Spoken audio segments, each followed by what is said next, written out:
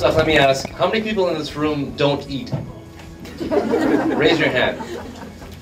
Right. Everybody eats.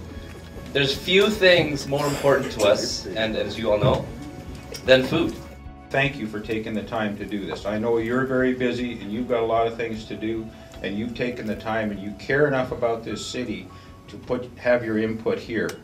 What you're going to have input on in the big picture is what can a food and agriculture strategy look like for the next 20 years that will set Edmonton apart from other cities in other countries. The advisory committee is really looking towards this process to provide some key information about what folks are thinking, what folks think are valuable, what strategies might be best to pursue, because primarily this group isn't the usual suspects. You folks didn't necessarily come to us to say, I want input on that strategy. And so there's incredible value in having that kind of feedback, and so we'll take it very seriously.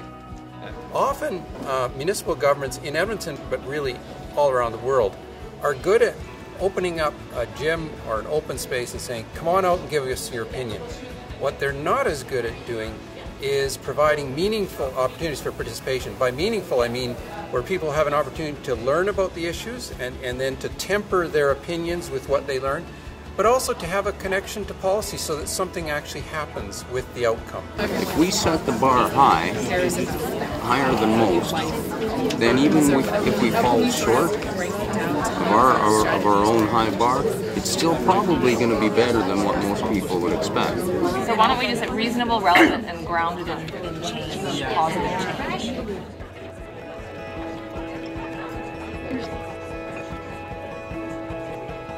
So the Centre for Public Involvement is a relatively new partnership between the City of Edmonton and the University of Alberta. So really that Edmonton can be a leader in the area of public involvement. And we have this team of facilitators, note takers. We've had people that were doing recruitment, cold calling people. We have, administration happening. We have video documentation and all of that. So it's about 34 people that are also supporting from this moment right through to June 2nd.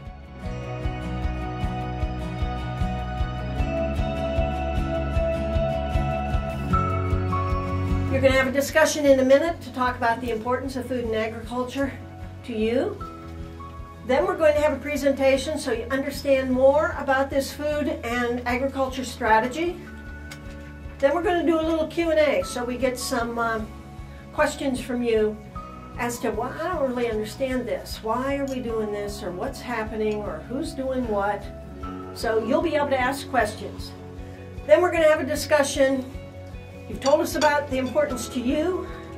Then you're going to talk about why is this having a food and agriculture strategy important to the people of Edmonton, the broader community.